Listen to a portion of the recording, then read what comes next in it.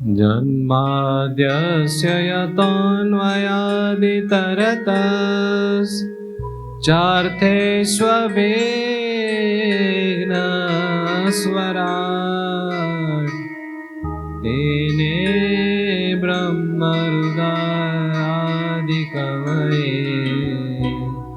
मूह्यन्ते सूरया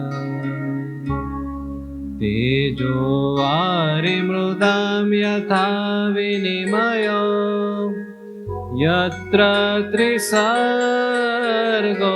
मृषा धाम्ना स्वेन सदा निरस्तकुहकं सत्यं परं धीमहि।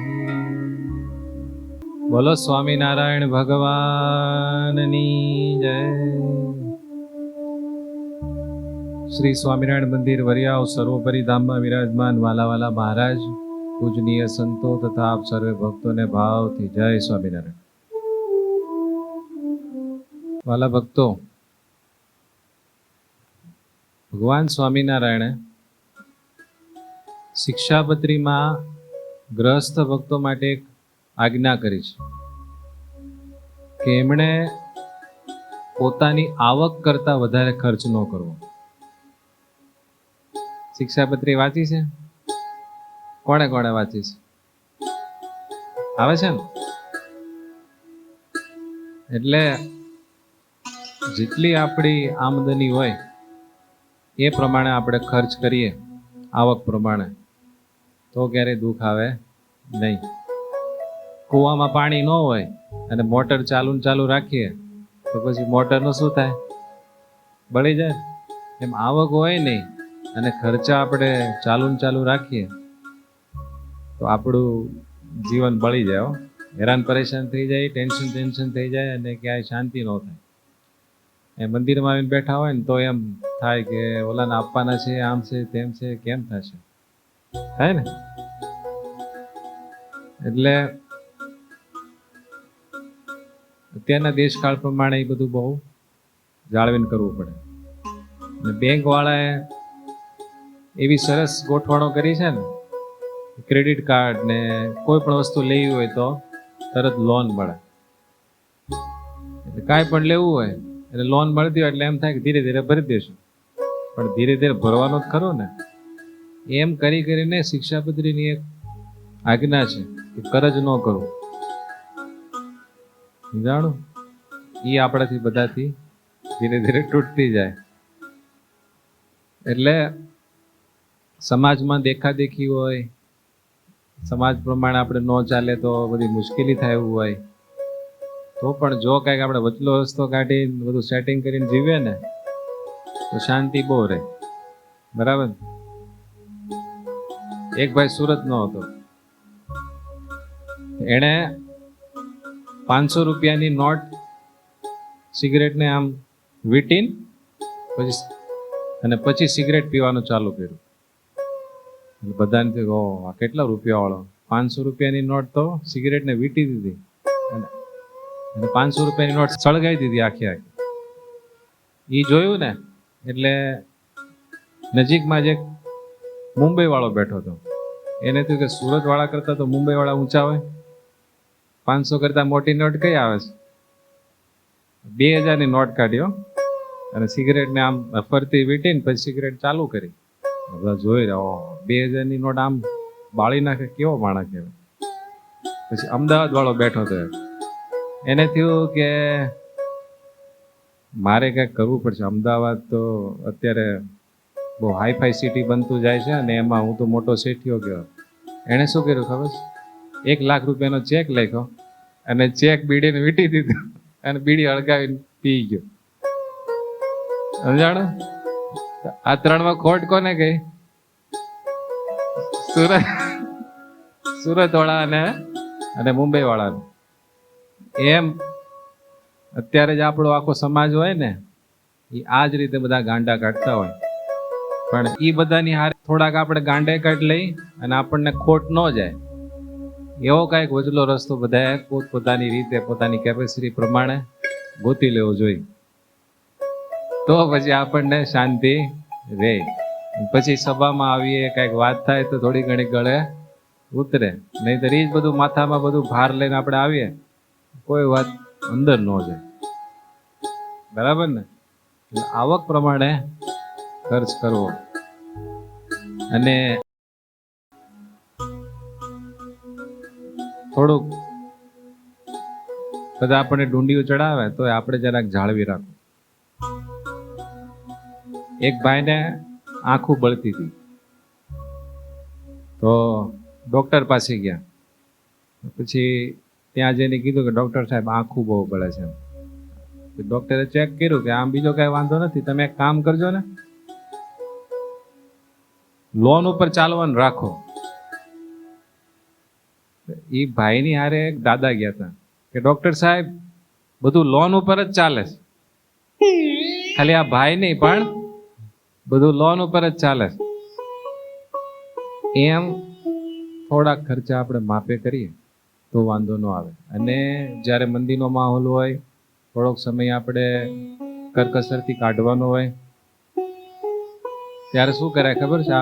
આ બીડીવાળાની જેમ, એટલે કેમ ચેક લખીને કરી નાખ્યો ને એમ બધાની હારે હારે એવું દેખાડી દેવા કે ભાઈ બધું છે, પણ આપણું જીવન તો કરકસરથી વીતવું જોઈએ. એટલે સમાજને આપણે સાચવી લીધો અને આપણી કેપેસિટી પ્રમાણે આપણું જે બધું ચાલતું હોય એમાંય કાંઈ વિક્ષેપ આવે નહીં. પણ આમાં ફાવી કોણ જાય ખબર છે?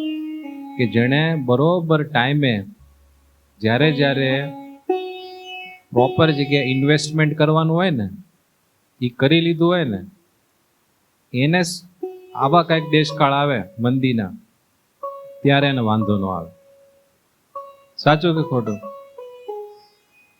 એટલે એવી જગ્યાએ જ્યારે આપણા હાથમાં કાંઈક હોય, પૈસા, સંપત્તિ, મૂડી યોગ્ય જગ્યાએ નાખી દીધી હોય, દર મહિને આપણે થોડાક રૂપિયા આવે એમાં આપણું ગુજરાન ચાલે. પછી મંદી વરસ હાલે, 2 વરસ હાલે તો આપણને ટેન્શન આવે નહીં. સમજાય છે ને આ ગણિત? એ જ રીતે આપણી પાસે જે કાંઈ હોય એમાંથી આપણે બીજા કોઈ માટે કાંઈ પણ વાપરીએ ને, એ એક પ્રકારનું ઇન્વેસ્ટમેન્ટ છે. સમજાય છે? કોઈ માણસ રોજના 100 રૂપિયા કમાતો હોય, પણ 100 રૂપિયામાંથી 5 રૂપિયા દાન ધર્મદામાં વાપરે છે, સારા કામમાં વાપરે છે, તો એ વ્યક્તિને રોજનું કેટલાનું થયું ઇન્વેસ્ટમેન્ટ? 5 રૂપિયા. જેમ આપણે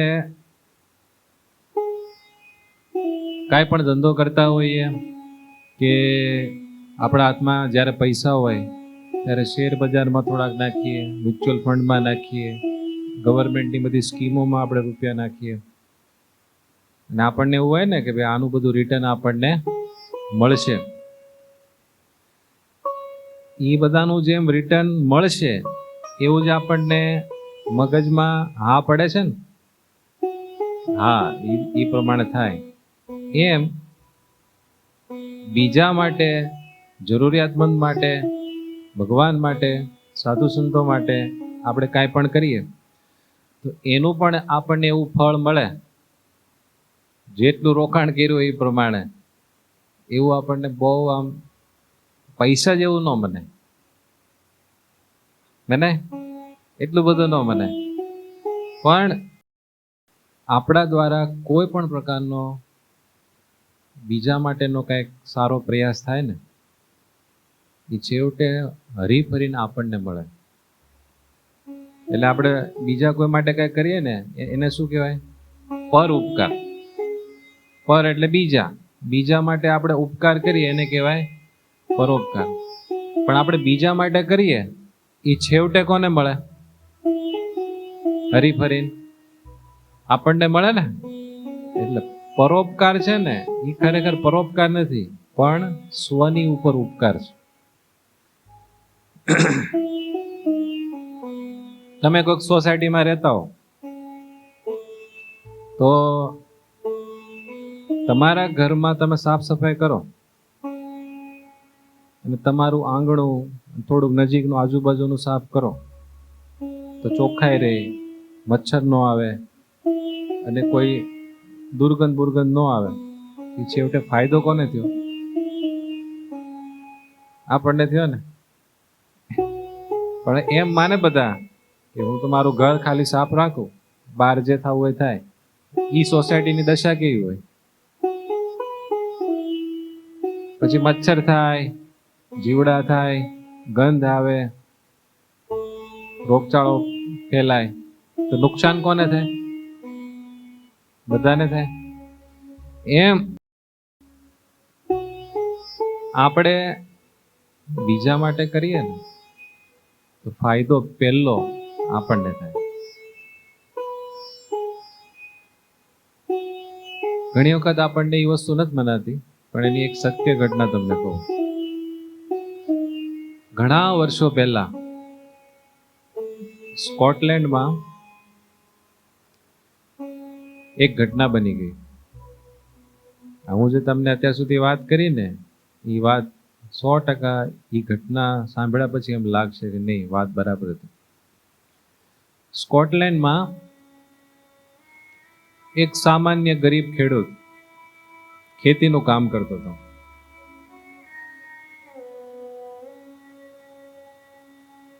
એ ખેડૂત એક દિવસ એના ખેતરમાં કામ કરતો હશે અને અચાનક એક છોકરાની બૂમરાડ એને સંભળાણી. છોકરો ચીસો પાડતો હતો. એટલે એને ચારે બાજુ દોડીને જોયું, પણ કાંઈ કોઈ દેખાણું નહીં. પછી પાછી છોકરાએ કંઈક બૂમ પાડી. એટલે એ ખેડૂત જ્યાંથી અવાજ આવ્યો ત્યાંથી આમ ધીમે ધીમે ધીમે ધીમે જતા જોયું તો રસ્તાની એક બાજુ દલદલ હતું અને દલદલમાં એક છોકરો પડી ગયો હતો. ચાલતા ચાલતા કે છોકરાઓ કંઈક રમવા ગયા હશે ને પડી ગયો, કાંઈ ખબર ન પડી, પણ છોકરો દલદલમાં ફસાઈ ગયો. જેમ ઓલો છોકરો તડફડિયા મારે એમ જાતો જાય દલદલમાં. દલદલમાં કોઈ ખૂતી ગયા હોય ને તો જેટલા હલે ને એટલા ધીરે ધીરે ધીરે વૈયા જાય. પછી તો ઓલા છોકરાની આમ થોડોક નજીક જઈને જોયું, પણ એને કાઢવાની કોશિશ કેમ કરવી? દલદલમાં જવાય નહીં. છોકરો બિચારો નાનો હતો એટલે બહુ મૂંઝાઈ ગયો હતો. જેટલા તડફડિયા મારે એટલો ઊંડો ઊંડો ઊંડો જાતો જાય. પછી આણે તાત્કાલિક, ત્યાં કઈ દોરી બોરી હતી નહીં, આમ દૂર જઈને એક ઝાડવાની ડાળ તોડીને લાંબી કરીને છોકરાને કીધું, તું મૂંઝાતો નહીં, ડાળ પકડી રાખ. ધીમે ધીમે ધીમે ખેંચી એને બહાર કાઢ્યો. બહાર કાઢીને છોકરો તો આખો બેભાન જેવો થઈ ગયો હતો. એના ખેતરે લઈ ગયો, એના કૂવામાંથી પાણી કાઢીને એને નવડાવીને ચોખ્ખો કર્યો. પછી એને થોડુંક ખાવાનું દીધું. કીધું કે બેટા તું ક્યાં રહે છો? કે અહીંયા રહું છું. કે વાંધો નહીં, હવે તું સ્વસ્થ છો ને? કે હા, હવે તું તારા ઘરે જા. પછી છોકરો એના ઘરે ગયો. એનો બાપ બહુ મોટો અમલદાર હતો, રૂપિયાવાળો હતો. એને એના છોકરાની બધી હાલત જોઈ અને કીધું કે બેટા શું થયું હતું? કે પપ્પા આજે તો હું માંડ વેચ્યો. હું રસ્તાની એક બાજુ એક દલદલ છે ત્યાં પડી ગયો તો, મને કોઈ બચાવનારું નહોતું. બહુ બૂમો પાડી. એક ભાઈ આવ્યા, એણે મને જાનના જોખમે બહાર કાઢ્યો. એ જો ન આવ્યા હોત ને હું તો એ દલદલમાં ફસાઈને મરી જાત. અને મારી લાશ ક્યાં છે ને એ તમને કોઈ દિવસ ન ખબર પડે. એટલે ઓલા અમલદારને થયું કે મારા છોકરાને બચાવ્યો, એ માણસને મારે મળીને થેન્ક યુ, ધન્યવાદ, કે એને કાંઈક મદદ મારે કરવી જોઈએ. હોય ને સારા માણસનું પહેલું લક્ષણ એ, આપણે એના માટે કાંઈ પણ કરીએ ને એટલે ધન્યવાદ કહેવાનું ચૂકે નહીં. જાણો, આપણે કોઈ માટે ગમે એટલું કરીએ અને એ આપણે જે કંઈ કર્યું હોય એનું કોઈ દિવસ ધન્યવાદ એ ન કહેતા આપણને ગમે. એમ આપણા માટે કોઈ કાંઈ પણ કર્યું હોય તો આપણે સામેથી એને કહેવું જોઈએ. આપણે કોઈને ભલામણ કરી હોય કે ભાઈ તમે અમારું કામ પેલા ભાઈને કહીને જરાક કરાવી દો ને, પછી કામ થઈ જાય તો પહેલો ફોન કોને કરવો જોઈએ? જેણે કરાવ્યું હોય ને એને. અને કેવું છે કે ભાઈ તમે બહુ સારું કર્યું, આ કામ થઈ ગયું છે, હવે તમે ચિંતા ન કરતા.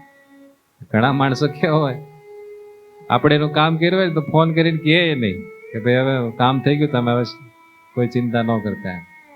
પણ આ ભાઈ બહુ સારા હતા. એણે એના છોકરાને લઈને ઘોડાગાડીમાં બેસીને ઓલા ગરીબ ખેડૂત પાસે ગયા અને ગરીબ ખેડૂત પાસે જઈને એને શાબાશી આપી અને કીધું કે ભાઈ તમે મારા દીકરાને બચાવો, તમે ન બચાવ્યો હોત તો મને એની લાશે ન મળત. મારા છોકરાએ બધી વાત કરી, તો મારે તમને કંઈક આપવું છે, તમે રાજી થઈને લ્યો. એમ કહીને એણે પૈસા આપવાની કોશિશ કરી. ઓલા ગરીબ ખેડૂતે એ પૈસા લીધા નહીં. ના ના, આવી ક્યાં તમે બધી ઓફર કરો છો? કે મેં તો તમારા દીકરાને બચાવીને એક ભગવાનનું કામ કર્યું છે. ભગવાને મને નિમિત્ત બનાવ્યો.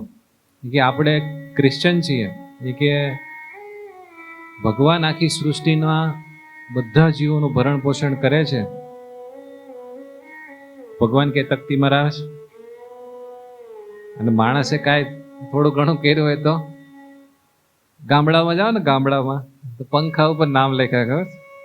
પછી મંદિરના સ્પીકરો હોય ને, સ્પીકરો પર કે ફલાણા ભાઈ તરફથી ભેટ હોય ને, આખું મંદિર ચિતરી દીધું હોય એ માણસ, અને આખી સૃષ્ટિ બનાવી, બધાને ફ્રી ઓફ ચાર્જ બધું પૂરું પાડે, તો એ ક્યાંય પોતાનું નામ ન જણાવે. એનું નામ ભગવાન.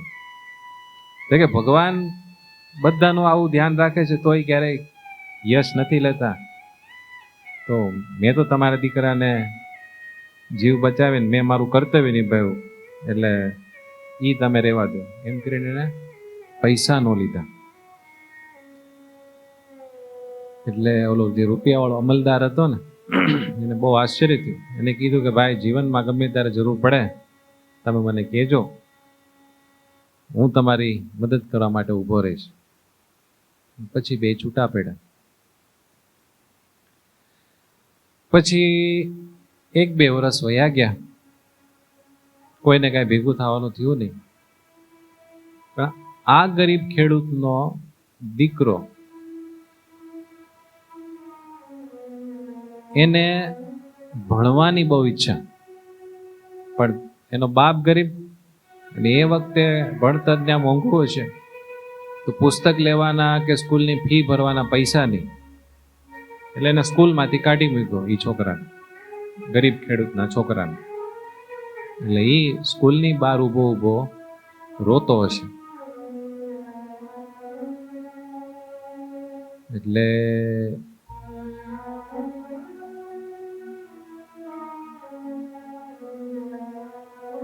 ઓલા રૂપિયાવાળા અમલદારના છોકરાએ આ છોકરાને જોયો. એને થયું કે ભાઈ, તારે શું પ્રોબ્લેમ છે? કે મારે ભણવાની બહુ ઈચ્છા છે, પણ ઘરે પૈસા નથી. મારા બાપ સામાન્ય ખેડૂત છે, અને હું મારા બાપને કહી શકું નહીં. એ બિચારા માંડ મારા ઘરનું પૂરું કરે છે.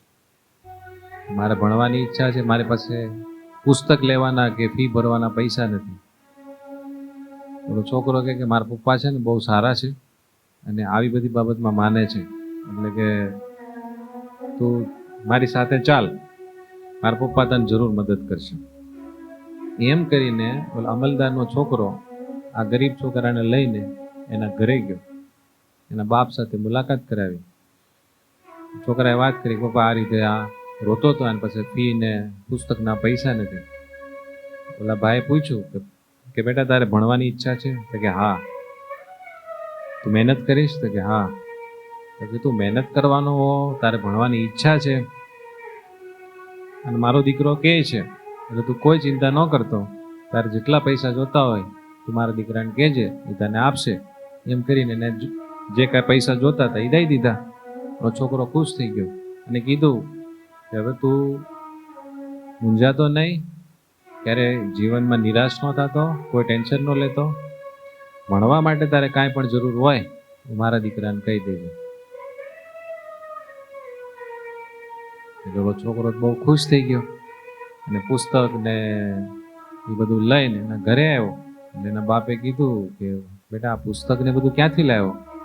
પછી એણે આખી વાત કરી કે હું તો તમને કહી શકતો નહોતો, પણ સ્કૂલમાં ફી ભરવાની હતી, આપણી પાસે તો કાંઈ પૈસાની વ્યવસ્થા નથી, તો મને થયું કે હવે મને સ્કૂલમાંથી કાઢી મૂક્યો, હવે હું કેમ ભણી શકીશ? હું તો રોતો હતો. તો એક છોકરો મને એના પપ્પા પાસે લઈ ગયો અને એણે સ્કૂલની ફી ભરી દીધી અને આ પુસ્તકો મને ખરીદી દીધા અને બધી રીતે મારું ભણવાનું ગોઠવી દીધું. ઓલા ગરીબ ખેડૂતને એમ થયું કે આવાય માણસો હોય જ ફરિશ્તા જેવા, કે બેટા એ વ્યક્તિને આપણે મળીએ, આપણે એને ક્યાં રહે છે? કે અહીંયાથી બહુ દૂર રહે છે. કે વાંધો નહીં, ભલે દૂર રહે તો આપણે જઈએ, હું એનો આભાર માની લઉં. પછી એક ગરીબ ખેડૂત એના છોકરાને લઈને જેમ તેમ કરીને વ્યવસ્થા કરીને જે આ લોકો સિટીમાં રહેતા હતા, રૂપિયાવાળો અમલદાર, ત્યાં ગયા. ત્યાં જઈને ઘર જોયું તો બહુ મોટું જબર રાજમહેલ જેવું ઘર. એને થયું કે આમાં કેમ પ્રવેશ કરવો? એ લોકો ઘરના બારણે આવ્યા, ત્યાં ઓલો રૂપિયાવાળાનો છોકરો જોઈ ગયો આ છોકરાને. એટલે કે કેમ તમે આવ્યા છો, કઈ કામ પડ્યું છે? ચાલો ચાલો એમ કરીને એના ઘરમાં લઈ ગયો. પછી આ ખેડૂતે ઓલા છોકરાને કીધું કે તારા પપ્પાને મારે મળવું છે. તો કે વાંધો નહીં, તમે અહીંયા બેસો, હું મારા પપ્પાને બોલાવતો. એમ કરીને ઓલો ઘરની અંદર જઈને એના પપ્પાને બોલાવતા. ઓલો અમલદાર રૂપિયાવાળો ભાઈ જેવો બહાર આવ્યો અને આ ભાઈને જોયો, થોડીક વાર તો કાંઈ બોલ્યા જ નહીં. એક બે જણા એકબીજાને જોઈને ચોંકી ગયા. થોડીક વાર થઈ ને ત્યારે અમલદારે કીધું કે ભાઈ આ તમારો દીકરો છે? તો કે હા. પછી દોડીને ઓલા ખેડૂતને ઓલા અમલદાર ભેટી પડ્યા. જાણો, થોડીક વાર કઈ બોલી શક્યા નહીં અને બે ગળગળા થઈ ગયા. ત્યારે ઓલા ગરીબ ખેડૂતે કીધું કે તમે મારા દીકરાને ભણવા માટે એટલી મદદ કરી, તમને ખૂબ ખૂબ ધન્યવાદ, ભગવાન તમને ખૂબ સુખી રાખે, એટલો આભાર વ્યક્ત કરવા માટે હું આવ્યો હતો. ત્યારે કે તમારે આભાર કહેવાનો જ ન હોય, કે તમે મારા દીકરાનું જીવન બચાવ્યું, તો મેં તમારા દીકરાનું ભણતર બચાવ્યું, એ તો એની શું કિંમતમાં આવે? માટે તમે કોઈ ચિંતા કરતા નહીં. આજથી તમારો દીકરો એ મારો દીકરો, એને છેક સુધી કોલેજ સુધી જે કાંઈ ભણવાનો ખર્ચો આવે, જે કાંઈ લાગવગની જરૂર પડે એ બધું હું કરીશ. તમે હવે તમારા દીકરાની કોઈ ચિંતા કરતા નહીં. બોલો, જોયું તમે? પરોપકારનું સાયકલ ક્યાંથી ક્યાં સુધી લાંબુ થયું? હજી પૂરું નથી થયો. પછી અમલદારનો દીકરો એ પણ સારું ભણી ગણીને મોટો થયો, કોલેજમાંથી ભણીને બહાર આવ્યો. એમાં અચાનક કંઈક રોગચાળો ફેલાણો અને એ વખતે ન્યુમોનિયાનો રોગ બહુ ભયંકર કહેવાતો અને એની કોઈ દવા હતી નહીં. જેને ન્યુમોનિયા થાય એને ધીરે ધીરે મરવાનું જ હોય. તો આ અમીર અમલદારના દીકરાને ન્યુમોનિયા થયું. આખું ઘર ચિંતામાં આવી ગયું. રૂપિયાવાળાનો દીકરો, સારો ગુણિયલ, ભણેલો ગણેલો, હોસ્પિટલમાં દાખલ કર્યો. સારા સારા ડોક્ટરો પાસે બધી સારવાર કરાવવા માટે બતાવ્યું. બધા ડોક્ટરે કીધું કે ન્યુમોનિયા છે એટલે બચશે નહીં. અને એ જ સમયે ઘણા બધા ન્યુમોનિયાના દર્દીઓ ન્યુમોનિયાના કારણે મરી ગયેલા. એટલે આ છોકરાના મા બાપને બહુ ચિંતા થઈ, હવે શું થશે, દીકરો ગુમાવવો પડશે. પછી કીધું કે ગમે એમ કરીને મારા દીકરાને બચાવો, જેટલા રૂપિયા થાય, જે કરવું પડે, જ્યાં લઈ જવો પડે એ બધું આપણે કરશું. પછી બધા ડોક્ટરે કીધું કે તમે એક બીજા મોટા ડૉક્ટર છે બાજુની સિટીમાં, ત્યાંથી એને તાત્કાલિક બોલાવો. ઘોડાગાડી કરીને ત્યાંથી ડૉક્ટર બોલાવ્યા. ડૉક્ટરને કીધું કે ન્યુમોનિયામાં કોઈ બચતા નથી, પણ મારી એવી ઈચ્છા છે મારા દીકરાને ગમે એમ કરીને તમે બચાવો. ડૉક્ટરે જોયું, ડૉક્ટર કે વાંધો નહીં, થઈ જશે, એ બચી જશે. એટલે આશ્ચર્ય થયું. તો કે શું કરવાનું? કે એની ટ્રીટમેન્ટ છે, હું ચાલુ કરું છું, તમે કોઈ ચિંતા ન કરતા. તો કે તાત્કાલિક કરો. તાત્કાલિક એની ટ્રીટમેન્ટ ચાલુ કરી. ધીરે ધીરે કરતા બધી દવા લાગુ પડી, છોકરો બચી ગયો. એટલે આ રૂપિયાવાળા અમલદારને પ્રશ્ન થયો. એટલે એણે ડૉક્ટરને મળીને કીધું કે ન્યુમોનિયાની કોઈ દવા નથી, જેને ન્યુમોનિયા થાય બધા મરી જાય છે, તો તમે મારા દીકરાને બચાવો કઈ રીતે? એમાં કાંઈ બીજું નથી કે અહીંયાથી બાજુની સિટીમાં એક બહુ મોટા ડૉક્ટર છે, અને એમણે એક એન્ટીબાયોટિકની શોધ કરી છે.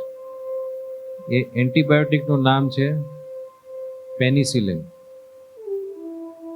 પેનિસિલિન એને બનાવી છે, ગમે એવો ન્યુમોનિયા થયો હોય એની દવા લાગુ પડી જાય છે.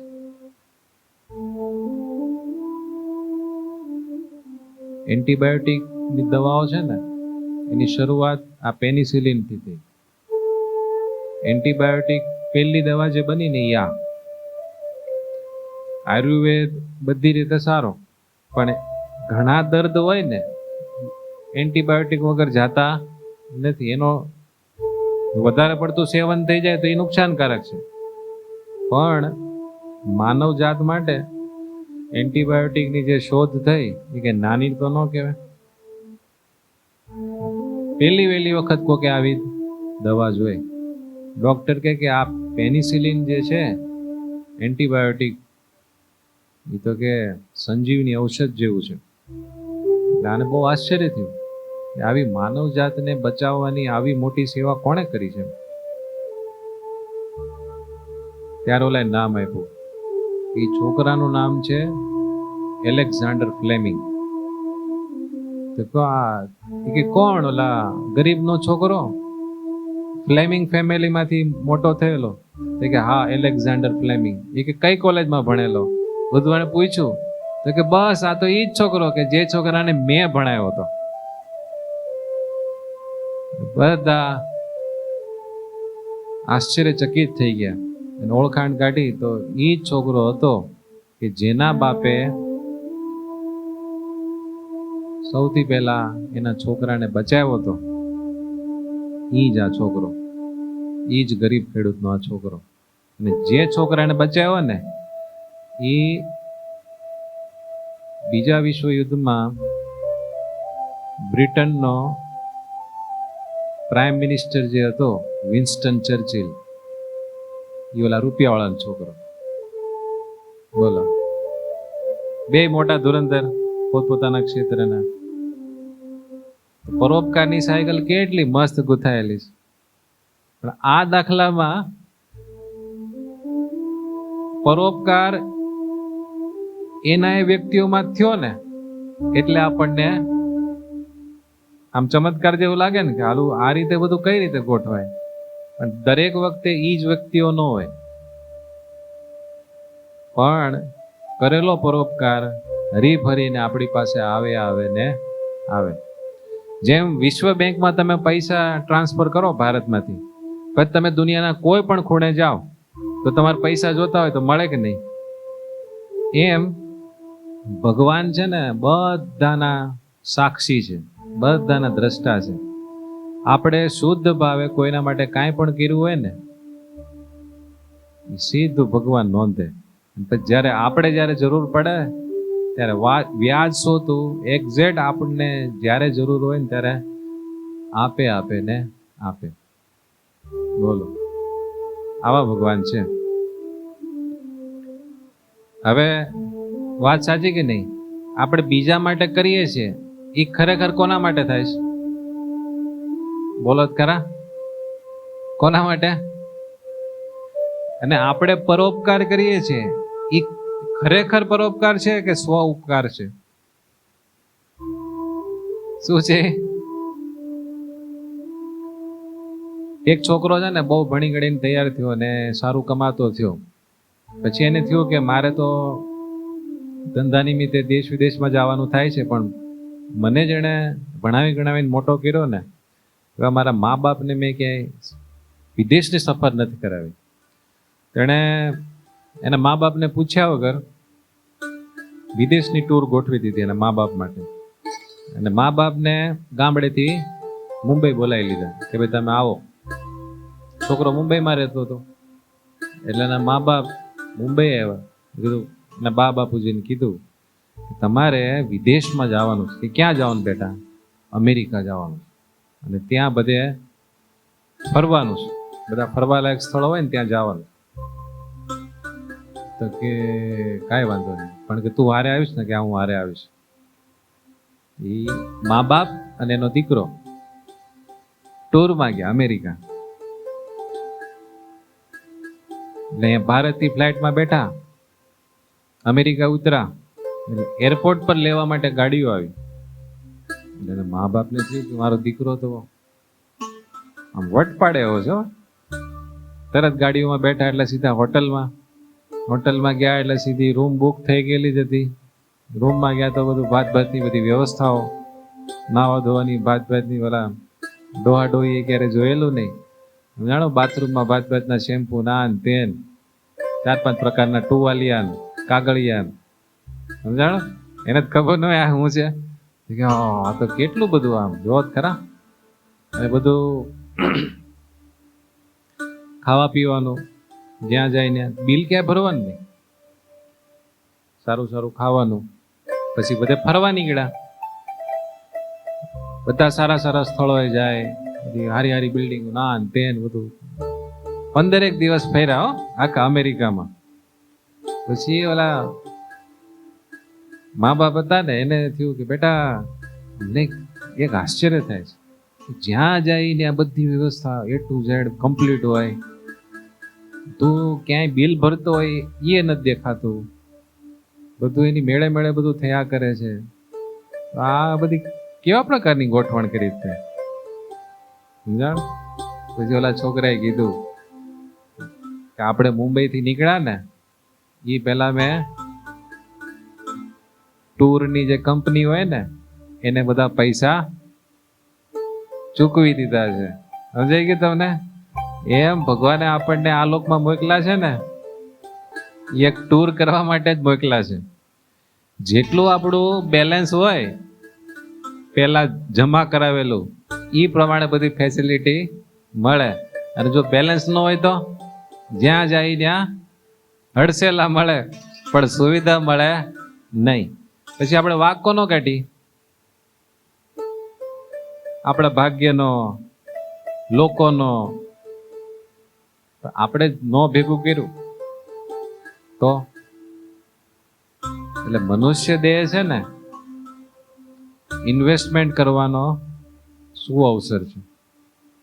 અત્યારે જેટલું આપણે ઇન્વેસ્ટમેન્ટ કરીએ એટલું આપણને મેળા કરે. જરાય ખોટી વાત નહીં હો.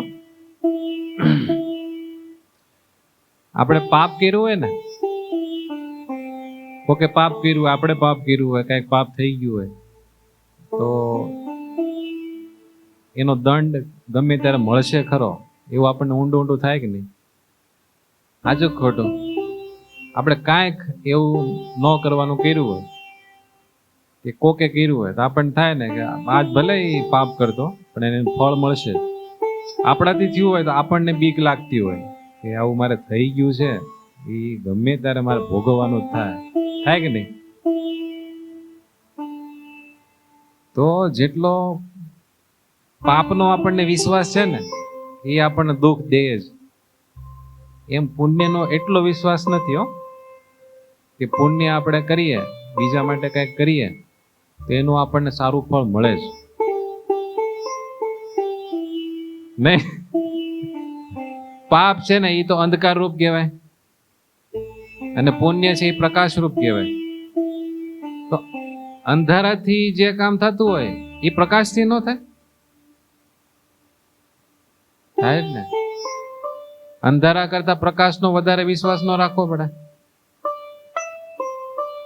એટલે સારું કરીએ તો સારું ફળ મળે જ.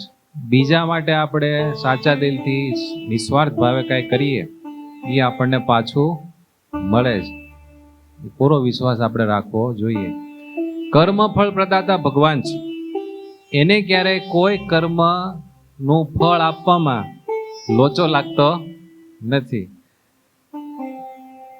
સ્વામિનારાયણ ભગવાન કર્મફળ પ્રદાતા છે અને એનું જે એઆઈ ટૂલ ગોઠવેલું છે ને એટલું બધું ચોક્કસ છે, કોઈ દી ફેર ન પડે. આ સૃષ્ટિ, સમગ્ર સૃષ્ટિ ભગવાનની છે. આ ભગવાનનો બાગ છે ને, અને આ બાગના માળી કોણ? ભગવાન. આ ભગવાનની સૃષ્ટિરૂપી બાગમાં 3 પ્રકારના માણસો આવે. જાણો, મંદિરમાં 3 પ્રકારના માણસો આવે ને. એક પ્રકારના માણસો આવે ને, એ આવે ભગવાનના દર્શન કરે, સંતો હોય તો સંતોના દર્શન કરે, નાનું છોકરું હોય તો સંતો ચોકલેટ આપે તો છોકરાને ચોકલેટ દેવડાવી દે, અને પછી પ્રેમથી વૈયા જાય. બીજા પ્રકારના મંદિરમાં આવનારા એવા હોય કે આવે ભગવાનના દર્શન કરે, ઓલા ડબ્બામાંથી પ્રસાદ લે, 2-3 દાણા મોઢામાં નાખે, 2-3 દાણા વેરતા જાય. એ પછી સાફ કોને કરવાના? આપણે. પછી બહાર નીકળ્યા, આંબામાં કેરી હોય 2-3 તોડતા જાય, ફૂલ હોય, ફૂલની 2-3 ડાળીઓને ભાંગતા જાય. સમજાણું? અને સંતો કઈક ચોકલેટ આપે છોકરાને, ઈ કાગળિયા મંદિરમાં નાખતા જાય અને પછી જાય. અને ત્રીજા પ્રકારના વ્યક્તિઓ મંદિરમાં આવનારા એવા હોય, મંદિરમાં આવે, ભગવાનના દર્શન કરે અને જોવે કે ભાઈ મંદિરમાં તો બહુ કચરું છે, તરત ઝાડુ ગોતે, ક્યાં છે, લાવો સાફ સફાઈ કરતી. ભગવાનનું ઘર સાફ રાખવું પડે ને, બધું સાફ સુફ કરે. હો, એવું ઘણી વાર થાય. અહીંયા ઘણી વખત ઘણા ભાઈઓ અને બહેનો આવે ને દર્શન કરવા, તો આપણે બારીઓ નથી એટલે ખુલ્લું હોય, એટલે માટી આવી હોય, એને લાગે ને કે માટી છે, કોઈને પૂછવા ન રહે. અહીંયા ક્યાંક ને ક્યાંક તો પડ્યું જ હોય સાફ સફાઈનો સામાન, તરત લઈને સાફ સફાઈ ચાલુ જ કરી દે, બધું ક્લીન કરી નાખે. કોઈ નોંધ લે છે નથી લેતું, કાંઈ નહીં. ભગવાનને નોંધ લેવડાય ને વૈયા જાય. એટલે ત્રીજો પ્રકાર એવો કે મંદિરમાં કઈક સાફ સફાઈની જરૂર હોય, સાફ સફાઈ કરી દે. કોઈક ઝાડુ આમ નમી ગયું હોય તો જરા હરખું કરી દે. ક્યાંક કચરું પડ્યું હોય તો લઈને ડોલમાં નાખ દે, પછી નીકળે. તો મંદિર વાળાને કયા વ્યક્તિઓ ગમે? પેલા પ્રકારના, બીજા પ્રકારના, ત્રીજા પ્રકારના. એમ ભગવાનના બાગમાં 3 પ્રકારના માણસો આવે. ઘણા હોય ને, એ આવે બાગની સુગંધ લે, ફૂલો હોય, બેસે શાંતિ લઈને પછી નીકળી જાય, કઈ બગાડે નહીં. ઘણા માણસો આવે ભગવાનના બગીચામાં, ફૂલ તોડે, 2-4 પાંદડા તોડે, એ પાછા નાખતા જાય, કચરું નાખે, થૂકે, ગડફા કાઢીને પછી જાય. અને ત્રીજા પ્રકારના એવા હોય ને, એ થોડું ઝાડવાને પાણી હોય તો પાણી પાઈ દે. જાણો, કોક ઝાડવા નમી ગયા હોય તો એને સીધા કરી દે, પાંદડા ક્યાંક પડ્યા હોય તો પાંદડા વીણીને ખૂણામાં નાખી દે, કચરું હોય તો કચરું સાફ કરી નાખે, કંઈક ગંદકી હોય તો એ દૂર કરે. ભગવાન આ સૃષ્ટિના માળી છે કે નહીં? ભગવાનને કયા પ્રકારના માણસો ગમે? પેલા પ્રકારના ગમે, બીજા તો ઠામુકા ન ગમે, પણ ત્રીજા ગમે. એમ ભગવાને આપણને આ સૃષ્ટિમાં મોકલા છે, તો જીવન એવું જીવવાનું કે આપણા થકી બધાને કાંઈક ને કાંઈક મદદ મેળા કરે. રિયલ હો, એવું જીવન જીવે ને એ માણસ કોઈ દુઃખી ન થાય. તમે સોસાયટીમાં રહેતા હશો ને, તો એક માણસ એવો હશે ને, દરેક સોસાયટીમાં હોય, એ બધા માટે ઘસાતો હોય. કોકનું કામ હોય, કોકને જરૂર પડી, દવાખાને લઈ જવાના થયા, કંઈક મરણ થયું, તો બધા કોને ગોતે? એવો કોઈક માણા હોય ને એને ગોતે કે બેન બોલાવવાનું. એમ ભગવાને ઈ ટાઈપના માણસોને ગોતે. હાવ સ્વાર્થી મતલબી હોય એ કઈ ભગવાનને ન ગમે. અને જોજો આખી સોસાયટીમાં બધા જે બધાને મદદ કરનારો માણસ હોય ને એની ઉપર રાજી હોય. ગાડીમાં, ટ્રેનમાં લોકો મુસાફરી કરતા હતા. એક સુરદાસ ગાતા ગાતા નીકળ્યા, સારા કીર્તન ગાતા હતા. કીર્તન પૂરું થયું એટલે બધાને કીધું કે અલ્લાહ કે નામ પે દે દે. તો બધા ગાયું તું સારું એટલે રૂપિયા દેવા માંડ્યા. ઉપલા સ્લીપર ઉપર એક ભાઈ બેઠો હતો. એણે એક સિક્કો કાઢીને એની સામે વાળાને દીધો કે બે આ દઈ દેતો. એણે નીચે વાળાને દીધો કે બે ઓલાને આપો તો. એણે બાજુ વાળાને આપ્યો અને એણે પછી ઓલાના કટોરામાં નાખ્યો. ખંડ દઈને કટોરામાં એ સિક્કો પડ્યો. ડોલાએ કીધું કે ભગવાન તુમારા ભલા કરે. ઓલા ભાઈ દાંત કાઢ્યા, સિક્કો નાખ્યો હતો ને એને કે ભાઈ ये सिक्का मैंने नहीं दिया है, देने वाला तो कोई और है. ત્યારે ઓલો सूरदास के भाई मैं अंधा हूं लेकिन मेरी दुआ अंधी नहीं. સમજાય ગયું તમને? એમ આપણે કોઈના પણ માટે કરતા હોઈએ પણ છેવટે આપણને ગમે ત્યાંથી મળે ને મળે. ઘણા માણસો જોજો બધે ઘસાતા હોય, એના પરિવારમાં ઘસાતા હોય, સોસાયટીમાં ઘસાતા હોય, એના કુટુંબ પરિવારનો કંઈક પ્રોગ્રામ હોય ને ન્યાય બિચારા દોડધામ કરતા હોય, ઘરધણી બની બધું જવાબદારી લઈને કરતા હોય, બધાને હાચવી લેતા હોય. એ માણસોને દુઃખ ન આવે. શું કામ ખબર છે? એ જેનું કામ કરે ને એ બધા એની ઉપર રાજી થયા. એ એની દુઆ, એ બધાનો આશીર્વાદ એ વ્યક્તિને મેળા કરે. આ ન સમજાય ને એવી વાત છે. તમે તમારી સોસાયટીને નાકેથી નીકળતા હોય, તમારા હાથમાં લાકડી હોય, કૂતરું બિચારું શાંતિથી બેઠું હોય, તમે ફડુક દઈને કૂતરાને લાકડી મારી દો, થોડું વાં કરતું ભાગી જાય, તો કૂતરું તમને આશીર્વાદ દે કે શાપ દે? આમ કરીને દે એને જ આશીર્વાદ કહેવાય એવું ન હોય. અને ઓલા દુર્વાસાની જેમ આમ પાણી લઈને આમ છાંટે તો જ શાપ લાગે એવું ન હોય. એ ક્યાંની વસ્તુ છે? ભીતર. તમે કોઈના અંતરને ઠારો તો આશીર્વાદ મળે, અને કોઈના અંતરને બાળો તો શાપ મળે. અને જેણે બીજાના અંતર બાળ્યા હોય ને એને બળવાનો વારો આવે, અને જેણે બીજાને ઠાર્યા હોય એનું અંતર ઠરે. અક્ષરાનંદ સ્વામી એક ગામમાં ગયા હતા. એમણે પોતે લખેલી વાત છે. તો એક બાબા આવ્યા બિચારા. એ કે સ્વામી એક તકલીફ છે. કે બોલો ને. તો કે મારો દીકરો છે ને, એ કે હું એને કહું કે બાપ દીકરા વશરામ ઢોરને નીણ નાખી દે, તો મને એમ કે ડોસલજી તમે છાના મુના પડ્યા રહ્યો, થાતું હશે એમ થાશે, એમ મને ડોસલજી કે. આવું અક્ષરાનંદ સ્વામીનો લા ડોહા ફરિયાદ કરતા હતા. સ્વામી કે તમે બહુ ધ્યાનમાં ન લેતા, આમ સ્વામિનારાયણ સ્વામિનારાયણ ઘેરા કરો, ભજન કરો, સંસાર તો આવો જ છે, આમ છે તેમ છે. પણ સ્વામી મને ડોસલજી જ કરે છે. એવું કાંઈ વાંધો નહીં, તમે એના ઉપર ધ્યાન ન દેતા. એવું બધું અક્ષરાનંદ સ્વામી કીધું. પછી થોડોક સમય થયો એટલે ડોહા ધામમાં વહી ગયા. અને એના છોકરાના ઘરે છોકરો હતો, એ મોટો થયો. વર્ષો પછી, ઘણા વર્ષો પછી અક્ષરાનંદ સ્વામી પાછા એને ગામ ગયા. ત્યારે ઓલા ડોહા જે અક્ષરાનંદ સ્વામીને ફરિયાદ કરી હતી ને કે મારો દીકરો મને ડોસલજી કહે છે, એ ડોસાના દીકરાને સ્વામી મળ્યા. અને એણે અક્ષરાનંદ સ્વામીને વાત કરી કે સ્વામી એક તકલીફ છે. કે શું તકલીફ છે? કે મારો દીકરો હજી નાનો છે, પણ હું કાંઈ પણ કામ ચીંધું ને એટલે એમ કે ટણપાજી થાતું હશે એમ થાશે, એમને પડ્યા રહ્યો.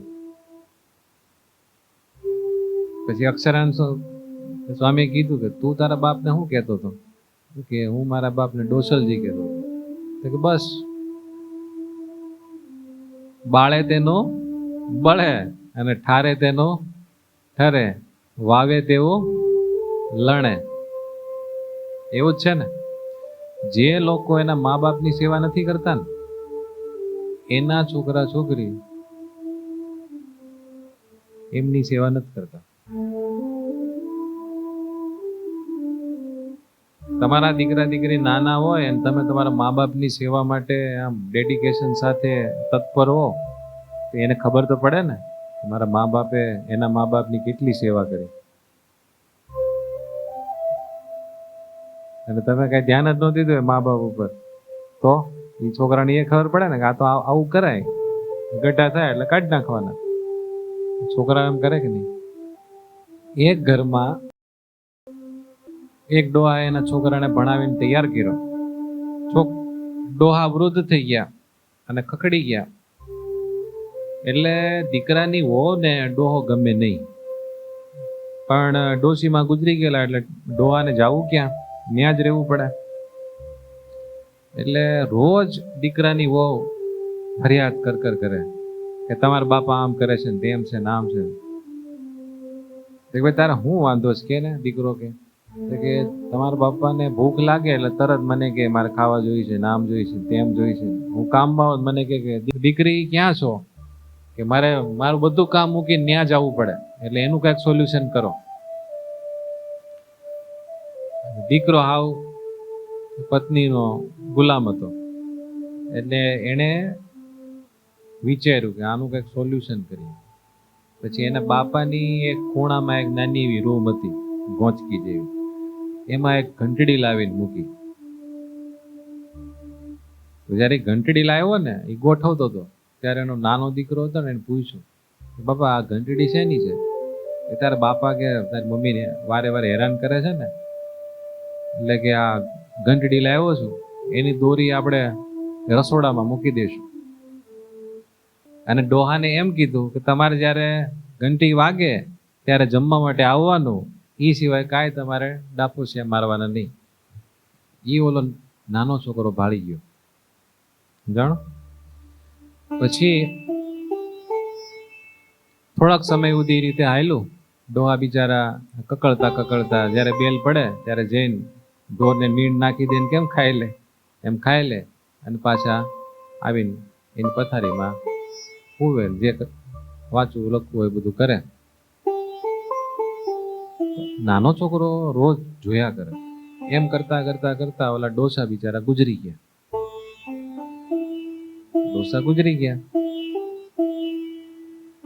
એટલે એનો અગ્નિ સંસ્કાર ને બધું કર્યું.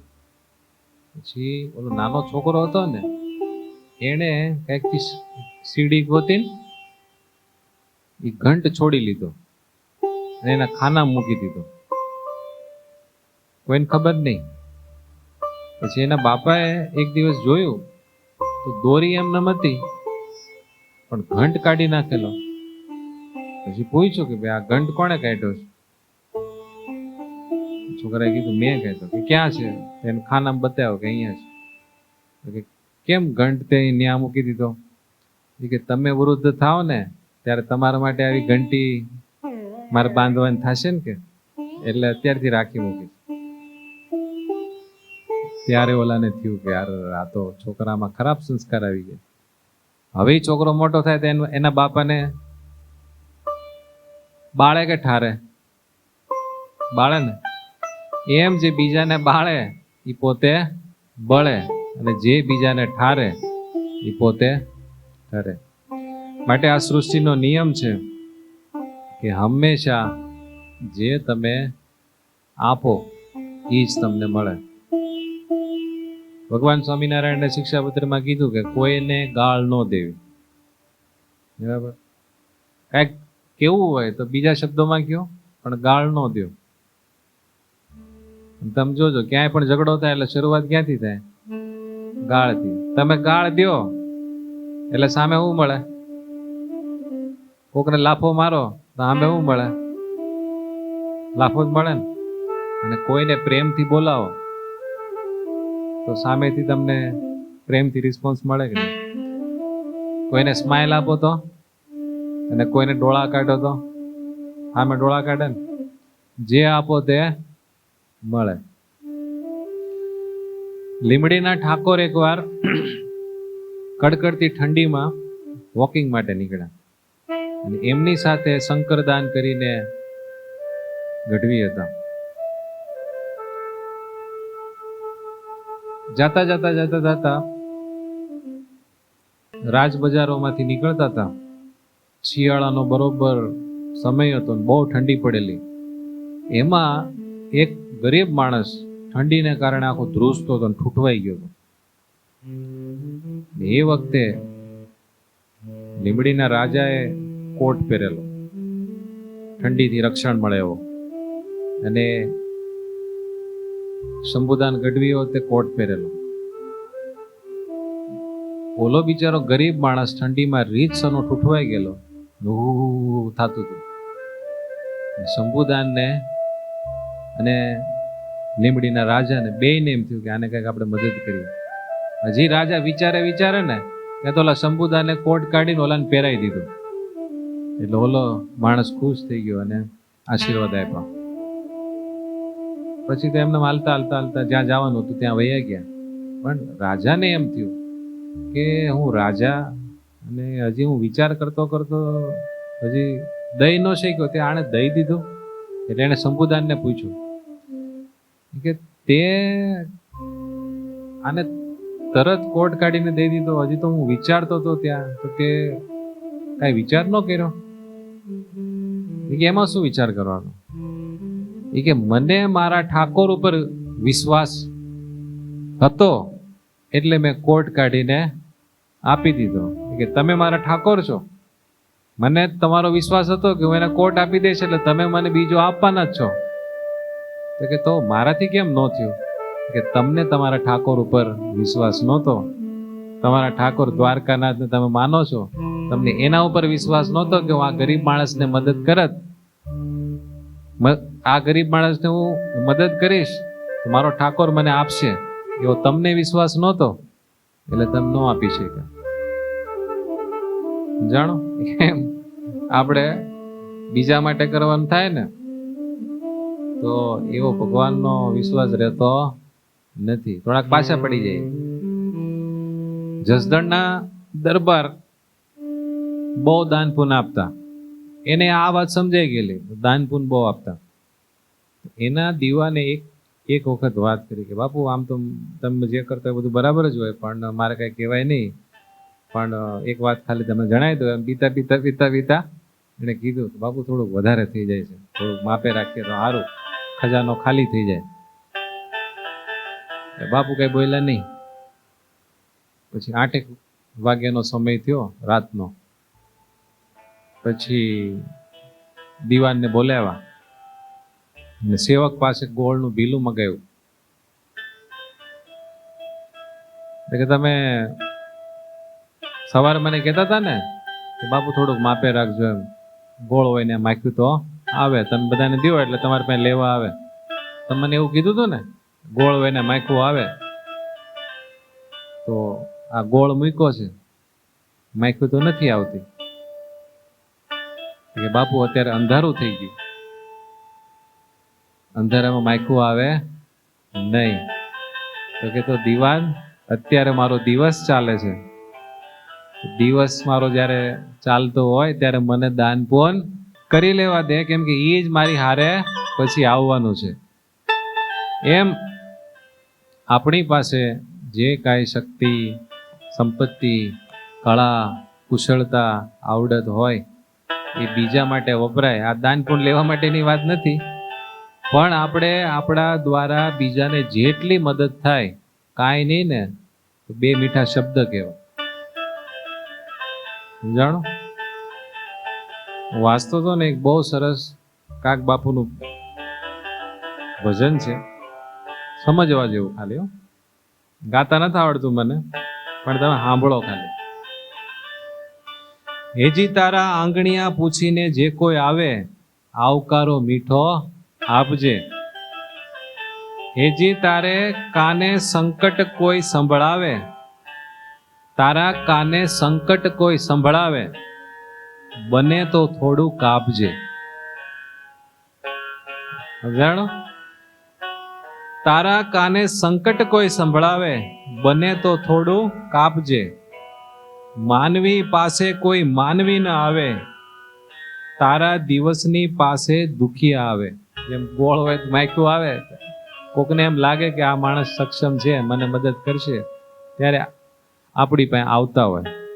એને કંઈક સ્વાર્થ હોય તો જ બિચારા, કંઈક એને અપેક્ષા હોય, આપણો વિશ્વાસ હોય તો જ અહીંયા સુધી આવ્યો હોય કે ભાઈ મને કંઈક મદદ કરો. તો માનવીની પાસે કોઈ માનવી ન આવે, તારા દિવસની પાસે દુખિયા આવે, આવકારો મીઠો આપજે. કેમ તમે આવ્યા છો એમ નવ કહેજે. કેમ તમે આવ્યા છો એમ ન કહેતા, એમ કેમ તમે આવ્યા છો એમ નવ કહેજે. એને ધીરે ધીરે તો બોલવા દેજે. કોક માણસ બિચારો કઈક મદદ લેવા આવ્યો હોય ને, બિચારો વિવશ હોય, કોઈને હાથ લાંબો કરવો ગમે? તમે જ્યારે બીજાની મદદ લેવા જાઓ ને ત્યારે તમારે હાથ લાંબો કરવો પડે, એટલે તમારા સોમાનને તમારે મૂકવો પડે ને. કોક આપણી મદદ લેવા માટે જ્યારે આવે ને ત્યારે એ બિચારો પોતે જ મૂંઝાયેલો હોય, એ બોલી ન શકવાનો હોય, પણ એને બોલવાનો આપણે ચાન્સ આપવો જોઈએ. કેમ તમે આવ્યા છો એમ નવ કહેજે, એને ધીરે રે ધીરે તું બોલવા દેજે, આવકારો મીઠો આપજે. વાતો એની સાંભળીને આડું નવ જોજે. જોજો, વાતો એની સાંભળીને આડું તો નવ જોજે, એને માથું એ હલાવી હોકારો દેજે, આવકારો મીઠો દેજે. આપણે જ્યારે રસ નો લઈએ ને ત્યારે શું કરી ખબર? ઓલો બિચારો વાત કરતો હોય ને એની વાતે ન સાંભળે, આમાં બીજે જોવા મળી, ત્યારે ઓલો બિચારો મદદ માંગવા માટે જે માણસ આવ્યો હોય ને એને બહુ દુઃખ લાગે. કાગ એને પાણી પાજે, સાથે બેસી ખાજે, એને જાપાએ સુધી તું મેલવા જાજે, આવકારો મીઠો આપજે. તમે સ્કૂલમાં ભણતા હશો ત્યારે એક ગીત આવ્યું છે, કબૂતરોનું ઘૂ ઘૂ ઘૂ, પરમેશ્વર તો પહેલું પૂછશે, કોઈનું સુખ દુઃખ પૂછ્યું તો? દર્દ ભરી દુનિયામાં જઈને કોઈનું આંસુ લૂછ્યું તો? ગેંગે ફે ફે કરતા કહેશો, હે હે હે શું શું શું? કબૂતરોનું ઘૂ ઘૂ ઘૂ, ઘુવડ સમા ગુગવાટા કરતો માનવ ઘૂરકે હું હું હું. જ્યારે સારા દિવસ હોય ત્યારે કોઈને મદદ કરવા રૂપી ઇન્વેસ્ટમેન્ટ જે ન કરે, એને જ્યારે પછી ખરાબ દિવસો આવે, એના જીવનમાં મંદીરૂપી ખરાબ દિવસો જ્યારે આવે ને, દુઃખરૂપી મંદી જ્યારે એના જીવનમાં આવે, ત્યારે એને ઈશ્વર તરફથી સહાય મળતી નથી. બોલો, ભગવાનની સૃષ્ટિમાં જે કોઈ જીવ પ્રાણી માત્ર છે એના માટે આપણે કાંઈ પણ કરીએ ને એનું એટલું મોટું ફળ છે કે આપણને હરી ફરીને આપણી પાસે આવે ને આવે. એટલે સ્વામિનારાયણ ભગવાને શિક્ષાપત્રીમાં કીધું, ભાવ્યમ દિનેશુ વત્સલે, દીન જનોને વિશે દયાવાન થવું. કેવું થવું? દયાવાન થવું. ભગવાન રાજી થાય. અને એનાથી ઉપરની એક વાત છે કે આપણે ભગવાન માટે જેટલું કરીએ એ તો અનંત ગણું થાય છે. ઓલું આપણે જેટલું કરીએ એ આપણને મળે, પણ ભગવાન માટેનું કેવું છે ખબર? 1 રૂપિયા તમે બેંકમાં નાખો ને 1000 રૂપિયા તમને આપે એની કરતા વધારે. એટલે જ્યારે ભગવાન માટે, ભગવાનના ભક્તો માટે, ભગવાનના સંતો માટે, સત્સંગ માટે કાંઈ પણ કરવાનું થાય ત્યારે એક આસ્થા બહુ દ્રઢપણે રાખવી કે આ કરેલું અનંત ગણું થઈને પાછું મળશે મળશે ને મળશે. ભગવાનની આ સર્જેલી દુનિયામાં આપણે જો બીજાનું ભલું કરીએ તો એ ભલાઈ આપણને પાછી મળે છે. તો ખુદ ઈશ્વર માટે, ભગવાન માટે, ભગવાનના જે સંતો ભક્તો હોય એના માટે આપણે કાંઈ કરીએ તો એ આપણને અનંત ગણું થઈને મળે. એમાં શું નવાઈની વાત છે? મળે જ. આવો આપણે વિશ્વાસ રાખીને જો જીવન જીવીએ તો ભગવાન આપણને અભરે ભર્યા વગર રહે નહીં. જીવતા લાખના અને મરે 1.25 લાખના, એવી આપણી ગતિ થાય. માટે આ વાતને વિચારીને આમાંથી કાંઈક આપણે ગ્રહણ કરીએ. બોલો સ્વામિનારાયણ ભગવાનની જય.